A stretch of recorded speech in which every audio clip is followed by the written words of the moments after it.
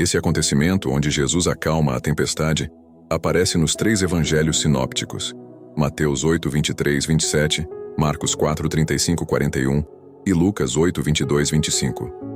Podemos ver nesse relato que Jesus tem poder para nos salvar de todas as tempestades repentinas da vida, nos trazendo segurança, tranquilidade e paz. O ministério de Jesus estava crescendo em popularidade.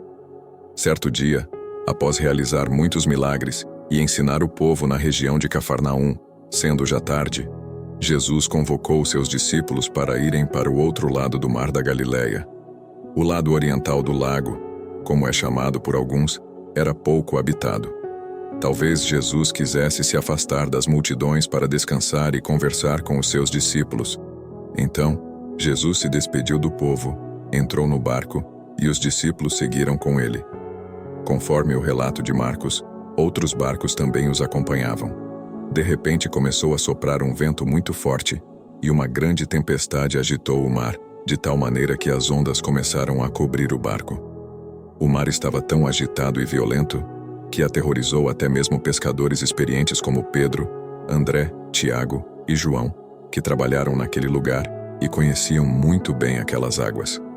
As ondas arrebentavam com tanta força em cima do barco que ele já estava ficando cheio de água, de modo que todos estavam em perigo.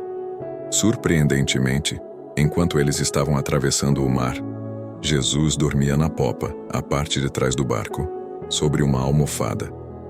Essa almofada talvez fosse uma espécie de acolchoado para alguém ou para o piloto sentar. Jesus aproveitou essa peça do equipamento do barco para descansar. Esse é o único trecho dos evangelhos que descreve Jesus a dormir. Jesus estava sujeito às limitações humanas. O cansaço devido à intensidade do seu ministério o esgotou fisicamente. Esse texto nos mostra com clareza que Jesus não só parecia humano, ele era plenamente humano, pois sentia sono, cansaço, fome, sede e dor. Outro aspecto que precisamos considerar sobre o fato de Jesus conseguir dormir em meio à tempestade é a consciência que ele tinha de si mesmo e da sua missão. Jesus pôde descansar em meio à tempestade porque tinha uma percepção clara da sua identidade e do propósito do Pai para ele. Jesus sabia que a sua hora ainda não havia chegado e que não seria naquela tempestade que ele morreria. Quando temos uma consciência clara de quem somos em Cristo e do propósito de Deus para as nossas vidas, conseguimos descansar, mesmo em meio às tempestades da vida. Os discípulos chegaram perto dele e o acordaram, dizendo: Mestre, Mestre, vamos morrer. Lucas 8, 24. O Evangelho de Marcos traz uma informação a mais sobre essa fala dos discípulos. Mestre, não te importas que morramos? Marcos 4, 38. Há aqui um tom de reclamação e acusação. Os discípulos estavam tomados pelo medo e pela ansiedade.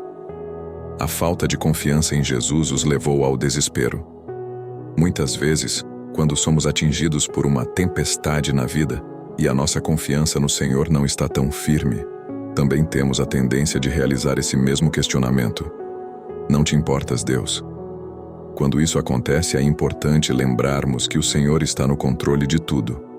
E tudo o que está acontecendo pode estar contribuindo para o nosso bem, mesmo que no momento não entendamos. Romanos 8, 28. Jesus então se levantou, repreendeu o vento e disse ao mar: Aquiete-se, acalme-se. Marcos 4, 39. O vento parou e tudo ficou calmo. A ordem que Jesus deu à tempestade gerou uma ação imediata. Não houve necessidade de repetir a ordem, pois resultou em obediência instantânea. A ordem literalmente significava: fique quieto, cale a boca.